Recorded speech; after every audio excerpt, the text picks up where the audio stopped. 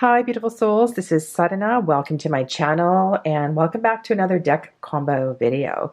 This is a viewer requested video, and the request was to pair some Oracle decks with the Smith-Waite Centennial. And so that's what we're going to do. So let's get started right away. I have the smaller version of the deck in the tin. I don't have the larger one. And just like in the previous videos, I'm just going to go through 3-card readings just to kind of give you an idea. I've got quite a few Oracle decks out here on the table, and this video might be a little different because I'm going to pair also some different tarot decks with some of the Oracle decks that I've chosen to pair with the Smith-Waite. So the first one that we're going to have a look at, which is a deck that I don't see a lot of out there, is the Druid Animal deck. So the Druid Animal deck has no keywords, which can be really challenging for some people. And with animal decks, I just think it's really important to get to know your animal deck. And you can always go to the guidebook, but also you have the option too of having another resource. For example, the larger Stephen Farmer Blue Book, which is one that I refer to all the time when I'm getting messages from animals. The reason that, and this is not first draw is not an excellent example, but this has to do with the muted colors in both of these decks. So if you have the Druid Plant or the Druid Craft Tarot, this animal deck is a lot more muted than those other two decks. And so it looks really, really nice with the Centennial. So here we have the 2 of Cups and the 9 of Wands. So what kind of energy is this? It feels like this has been a bit of a challenge in this relationship. So whether this relationship is in love or in work or some other aspect of your life, there's this kind of sense of it's taking a lot of energy, and it's taken a lot of energy. So I'm going to go to the guidebook for the Blackbird because I do not have all these particular meanings memorized. And the other thing I wanted to say about this deck is that it does bring in some historical references that you're not going to get in other animal decks. All right, quick battery change and grabbing another reference book here. And just really quick glance at the guidebook for the cards as well as the Stephen Farmer book I was referencing, Animal Spirit Guides, which is my go-to really for looking at animal messages. Both these books are talking about listening to spirit, listening to otherworldly messages. And that sometimes when we are struggling, which is, when this card comes up, I really kind of feel that struggle. It's time perhaps for him to actually, or her, to sit down and to really focus on the big picture, because this feels very small picture to me, and that's what the Blackbird's message is to really kind of tune into that. So the purpose of these videos is not so much readings as it is to look at combinations of cards. So here's an example of what I meant. The color is a little more faded, and with these 2 cards looks really beautiful. But let's turn over 2 more cards. So here we have the 9 of Cups. And you can see how the yellows look really nice together. And so with the Druid Animal Oracle, you're bringing in an animal element, which doesn't exist, of course, in the RWS for the most part, very few anyway. And you've got this kind of faded, muted color, and it looks really, really amazing. So here we have Judgment, and then we have the 9 of Cups. So what is coming forth with Judgment is, I really feel with this card you have an opportunity to step forth, but sometimes we're not ready and we feel a little reticent to take this leap because we are moving to a higher level on our soul journey, and we're not always ready for that. But I feel, this is going to bring you a great deal of messages. But what does the bull bring into this reading? And just have a look at the interaction of the bull with the birds overhead. have a look at the body language of the bull. So without even going to a guidebook, what kind of, how is this card helping to clarify the other two cards on the outside? From the guidebook, we learn that the bull mediates the Jupiter-like god of the Druids, whose name is Tyrannus, whose beneficence and expansiveness brings the opportunity for a rich and abundant life. So this is a really beautiful reading that is kind of indicating, stepping forward into perhaps a much happier and a place of less worry. And if we're kind of following through from the past 3-card reading, this is a place where, it's a higher level on your journey, and it's at least for a while, it's going to be a lot easier and a lot simpler, and you will be in a place of abundance. The other thing that says here is that the bull is a symbol of wealth, and it is auspicious to draw this card when considering financial matters. But remember that the ancient ones understood that true wealth is found in the heart and the soul first, and only then in material world. So this is really important, especially if we're tying this to the previous 3-card. If we'd done a 9-card, or we'd done, more cards, that relationship card, that 2 of Cups, whether it was about business or about people, it's really important to bring in that connection. But this looks like you're moving in the right direction. Okay. And let's do one more. So here is Seal. Beautiful rainbow colors. So here's an example of a card where you don't really need to go to the guidebook. You can just feel the gentle energy that's presented here, and the way the seal is facing straight forward on the card. And then we have the Tower. So this is telling me that through this difficult transition, you're going to really need to be gentle with yourself, and also to know that this had to happen.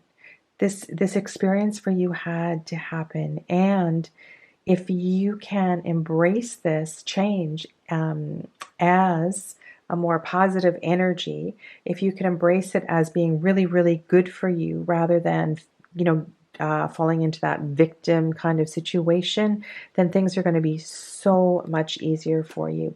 So in order for you to move forward and to realize this new opportunity that's being presented in the 3 of Wands, this had to be happening at this time. All right, so let's put the Druid craft. But you see what I mean about the colors? It's just perfect for the Centennial. The other, and I kind of want to go in a different direction. So another suggestion, if you want to go more, same. This is Pixie's Astounding Lenormand. So let's just and I'm going to do this a little differently. I'm going to reshuffle. So just give me a second here, because I don't want to do it the same way. We're going to do a 3-card Lenormand with a 3-card, oops, good thing I didn't riffle.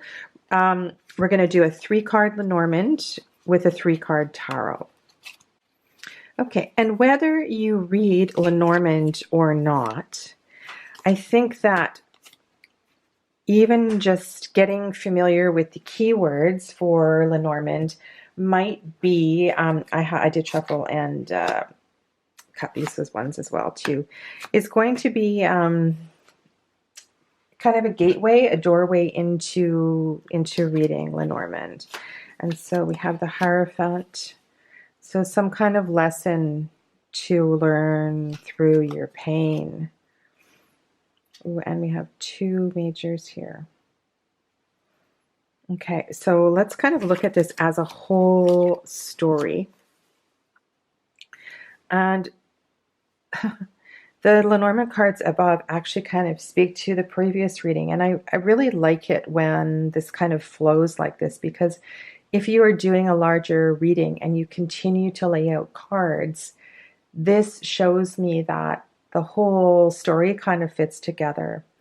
So there is some kind of, something is being cut away. The scythe is moving in toward the reading, and when we do a 6-card reading, we have lots of options. We can read the 3 Lenormand cards as a story. We can read the 3 tarot cards as a story. And I think even with the Lenormand and the tarot, we can look at the corner cards, and we can look at different pairs of cards, and we look at the relationship between the Lenormand cards and the tarot cards, top and bottom as well too. This is we're trying to get into a deeper level of a reading by bringing in either an oracle deck or a Lenormand deck. So this news of the rider represents some kind of news, may have come really, really suddenly, and hence the severeness of your broken heart.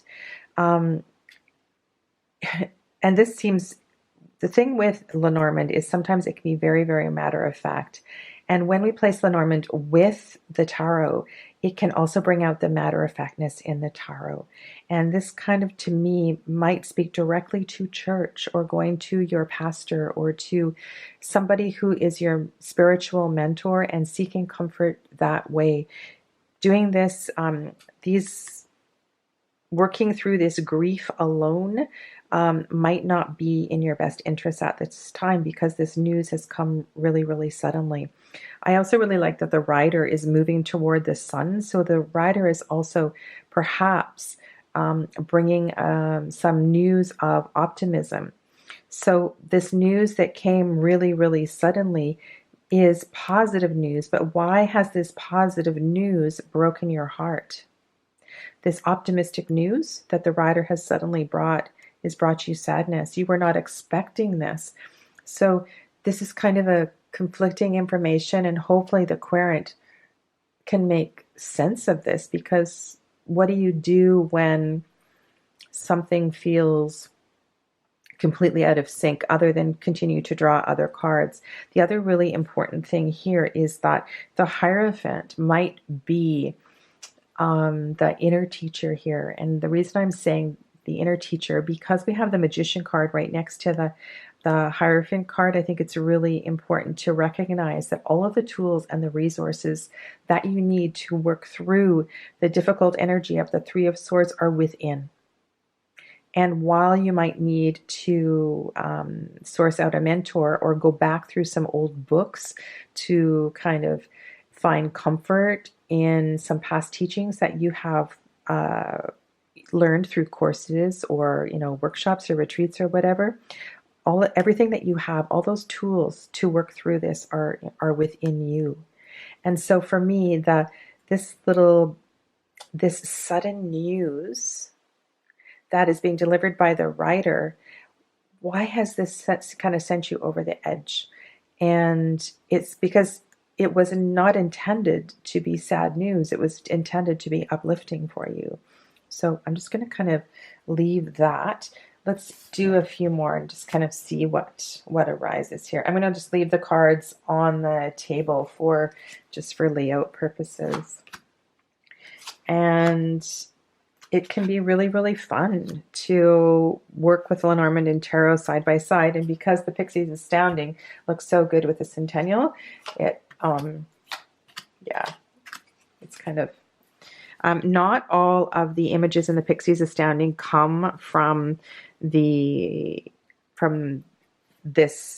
tarot. Some of them are from her other artwork, so from some of the books that she illustrated and other things. So this Gentleman card, for example, is not from the tarot. It kind of looks like perhaps a page of cups or something, but it's not. It's a completely different painting. So the fish brings in abundance, and there's something about this abundance connected to a gentleman or to a man or a male in your life. And so this whole upper row is speaking about luck. And so you have some kind of a decision that you've been trying to make that's keeping you up at night regarding a relationship. And I think that the message of the Lenormand is that at least, so this is short term, this is long term. And I think these two messages both are, around the gentleman is kind of showing me that if you've been looking for a relationship that is going to be secure for a long time, then this is your guy and you need to stop worrying about it. But if you are looking for something other than that kind of material comfort, then perhaps, this is what your confusion is about. that is the aspect of the relationship with this. And it's not necessarily a gentleman. Remember, the gentleman can also represent that kind of strong energy. So you could be identifying as a man right now, but this relationship that's coming into your life. And usually in Lenormand, this is about partners. So partners, it could be a partner in business as well too. I wasn't thinking about a business relationship because of the Ace of Cups. So this is very, very stirring up new emotion for you. This is actually a really, really nice pairing of 6 cards. So have fun with the Lenormand and the Tarot. It's this kind of natural conversation that can happen here.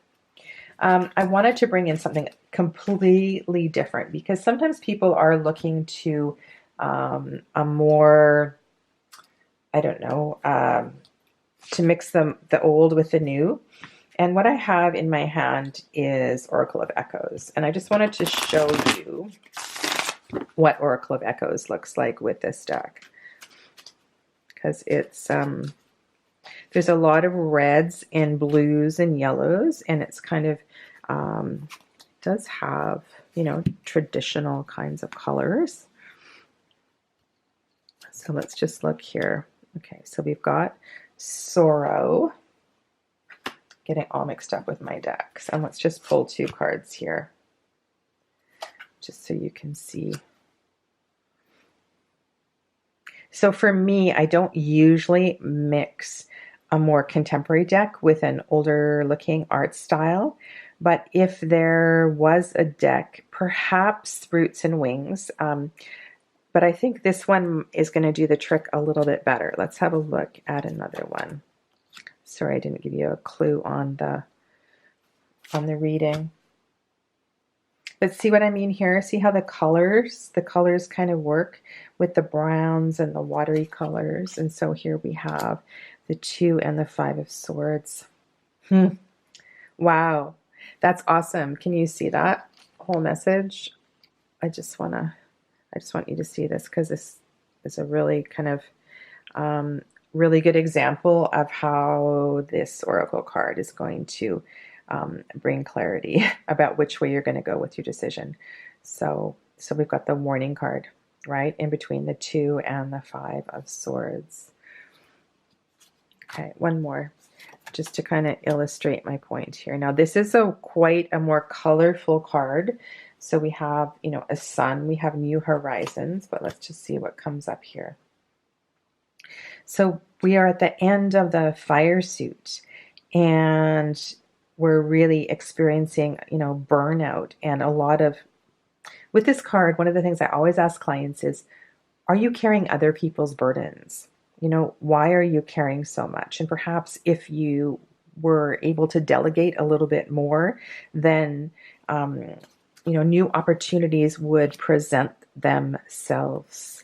Ooh, and we have the Moon card. So that's really cool. Look how this worked out. So I'm glad I pulled this in. It's like they're talking to each other. So we have like kind of like the Sun card and the Moon card, and this new, something new is arising. But in order for this new opportunity to come forth, there's going to have to be a little bit of soul searching, and the querent is really going to have to try to figure out why he or she or they keep taking on so much. And it's almost like, you know, busy work. The other really important thing to always remember is that if the cup is full, the new opportunities cannot present themselves, right? So I hope that gives you, oh, I have one more, sorry. And so I wanted to put a botanical in here as well too, because sometimes a botanical deck works really, really well. So the animal deck was talking beautifully. Yeah, so I think so far all of the decks are working really well. So this is the, I'll get you the exact name. Oh, the name's on the back of the cards, I forgot. Botanical Inspirations. And I've used this one a few times with deck combo videos. And this one's really nice because it does have keywords and a key phrase. So you don't really need to go to the guidebook. And then we have the lovely tea-stained background, so that, you know, works really well energetically with the frequency of the colors.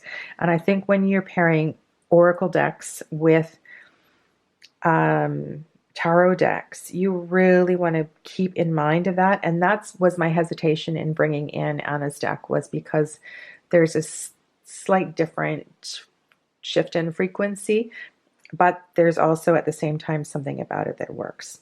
So here we have the Five of Pentacles and the, oh, okay, yeah, we had this card before, but that's okay. And the Three of Wands. And let's just read here. Anticipation. I felt like an arrow pulled back and ready to be launched into something big. A.B. Shepherd. A.B. Shepherd. So you are aware of a new opportunity, perhaps, or something may have been presented to you. This card, I think one of the things to, when this card comes up, is to kind of stop and do a little bit of reflection on, was there an opportunity that you said no to? Was there a hand held out at some point? Did somebody offer you something at some point that either out of pride or, you know, some other kind of lower frequency energy that you turned away from? So that is one direction I would kind of go with this reading. And the other one is to know that things are definitely shifting in a more positive light. So yeah, let's do one more, and then I'm going to kind of switch it up for you. So Pink Rose, grace and sweetness. The pursuit of perfection then is the pursuit of sweetness and light. So here we have the Two of Pentacles. So this balance of material things, whether this is with your body or your job or your family, it's really, really important that if we're always focusing on how things need to be perfect, and I'm going to pick up on this perfect word here because it's really speaking to me. Perfection can really, really bring us down and really create unrealistic expectations. And so I just want you to kind of contemplate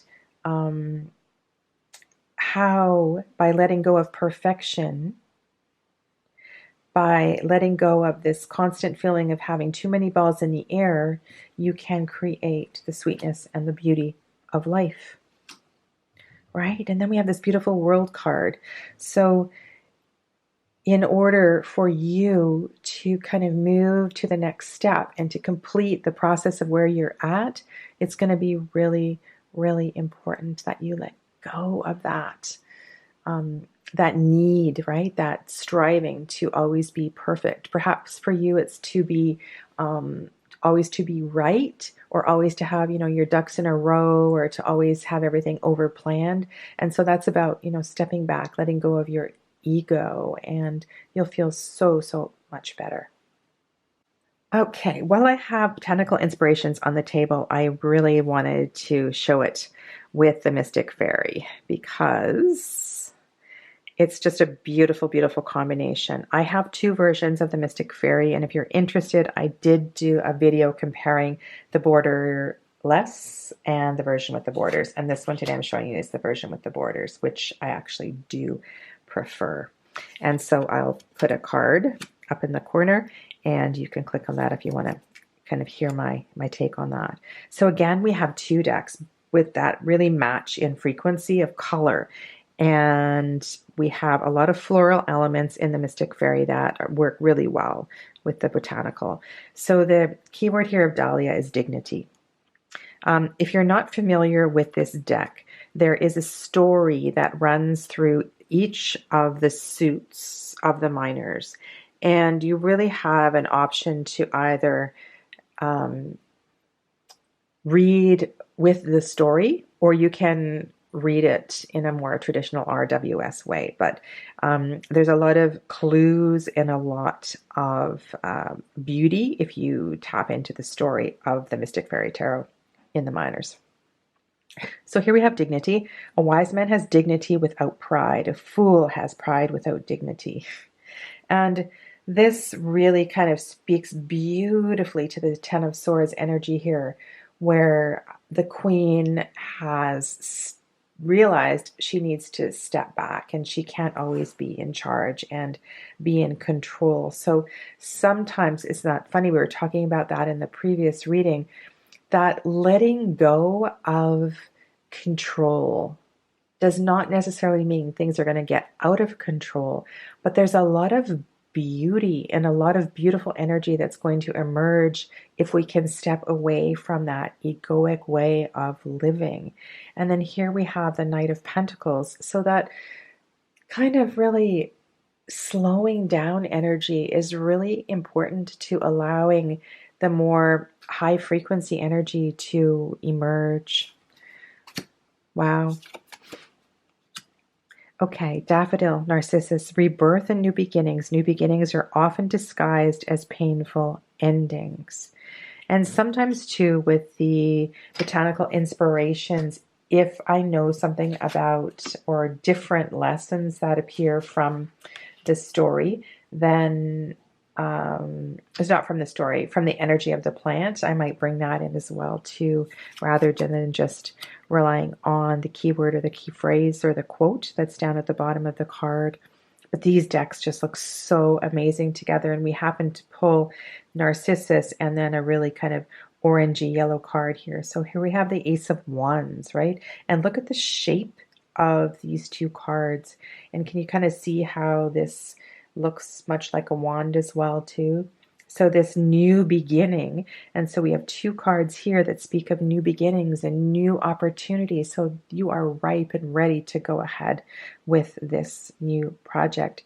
Two of Pentacles is about finding the balance in that and the juggling, the making decisions based on, keeping your feet on the ground. One of the most important things to wellness and health is to every day make sure that you land. And it's one of the best pieces of advice that I give to clients and remind myself of every single day.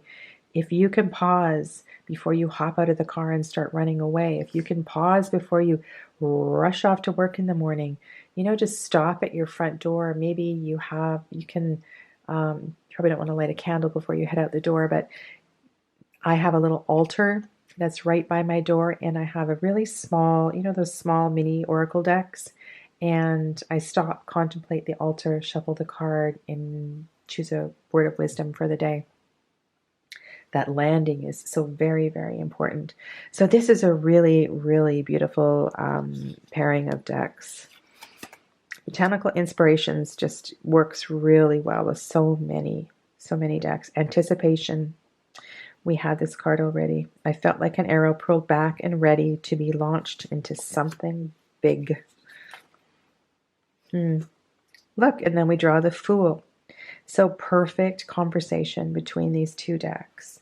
And if you're reading past, present, future, which I don't usually do, I usually weave the cards together. So the energy that you're coming from, if you're reading past, is the Six of Pentacles. So you have been giving and receiving and sharing. And if this energy has not been obvious to you, then it's really time to kind of contemplate that and make sure that you are aware of how important the medicine of giving and receiving equally in balance, and you're not burning yourself out by always giving too much, and you're not being really, really needy by always taking from others. So that's going to be a really important thing to contemplate before you head off on this next journey. All right, let's go back to this beautiful Druid Animal Oracle. And again, if reading it intuitively is not comfortable for you, then just have the guidebook handy. And you can start by reading a message or just picking out one sentence from the guidebook and just kind of seeing where that takes you. All right, so we're starting with Earth Dragon. So this deck has 4 dragon cards, one for each of the elements. And dragon energy usually is connected with spirit. So not only is it connected with spirit, but it represents the earth itself. So earth dragon energy is a little Four of Pentacles-ish, right? But this card is about really stepping away from that and embracing the treasures and using the treasures. Are you familiar with the phrase, like use the good dishes? It's kind of that kind of energy, like really realizing and appreciating the abundance that is already around you and giving yourself permission to be with it and to use it. It's a really, really beautiful card. And then here we have the Knight of Athens. So go for it. Like, don't feel like you have to, they're too good for you. They're too good for you to use. Please touch them. I mean, they're yours. You worked hard for them. Why are you hiding them away? Maybe it's your mother's stuff. Maybe it's antiques or there's something like that. But really, this is the time for you to use your stuff. This is the energy of air, right? This is also in the Suit of Swords. We have this very close connection to ether as well. So of the four elements, air is the most closely connected to ether. And don't know why I'm saying that, but it feels, ooh, look at the beautiful color here. So yeah, so the subtle colors of these two decks just work really, really, really well together. The Seven of Athens in this deck has a slightly different meaning than a traditional RWS, and it's more about self-reliance and looking after yourself. And he's coming back, I believe, from the forest and providing. And she has been, I think she's been cooking or something, and she's welcoming him with open arms and food. And there's this kind of sense of really, taking care of yourself. And you have been doing that. You have been looking after yourself. But now it's a really, really important time to enjoy all that you have, right? Don't save it for a rainy day. All right, let's go on. Goose. Five of Chalices. So that's really interesting. Water and water. And with the Five of Chalices, are you focusing on, the cups that are upright, or are you focusing on the ones that are spilled? Where are you putting your energy? Ooh, and then we have the Four of Athens. So this feels like a really kind of quiet and still time for contemplation. This whole reading feels very watery. So what does that mean? It feels really emotional. It feels like a really, really challenging time. So the energy of the Four of Athens is really taking time to heal and to process all of that emotion. And remember, always the Four of Swords comes after the Three of Swords. And I think that's important to kind of bring that in. And even if this is just giving yourself permission, okay, maybe it's not quite processed. And I need to take time to do that. And I need to slow down and I need to give myself some space to work through that.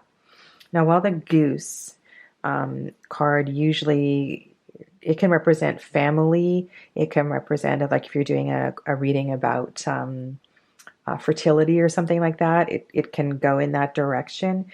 But I'm going to take this completely kind of different way today and encourage you to reach out to those that you love dearly and to be with them. So be with your family, be with the comfort of your family. And even if that means traveling to get to your family, it's really going to help you. The Five of Chalices here is also, a card of sorrow. So there's been definitely some grief that you have been experiencing. And while it's always important to recognize the cups that are not spilled, sometimes we need to take our time to be in that sorrow. And so this reading for me really looks like don't avoid processing what it is that you need to work through, and go and be with your loved ones, whatever that means for you. So family means something completely different, to different people. Yeah, I was going to bring in a completely different deck here today, but I think we're just wind up with one more reading with this combo because this has just worked really, really well. So here we have the Tower, second Tower card we've had today. Yeah. So the Tower, you know, did you know it was coming? Did you know? Were there signs along the way? Did you ignore them? And look at the blues. If you watched my last video, I was talking about color and the energy of blue. So blue is about truth. You really, I normally I wouldn't bring that in, but there's something about this blue that's really speaking to me. So I really encourage you. You know, I asked you, did you know this was coming? Or is this a complete shock?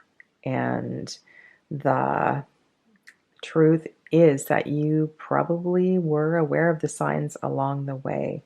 Now, the medicine, the energy of the hawk is, there's a lot of different things we can bring in here, but the thing that really connects to this Wild Hunt card is that ridding yourself of baggage you no longer need to carry.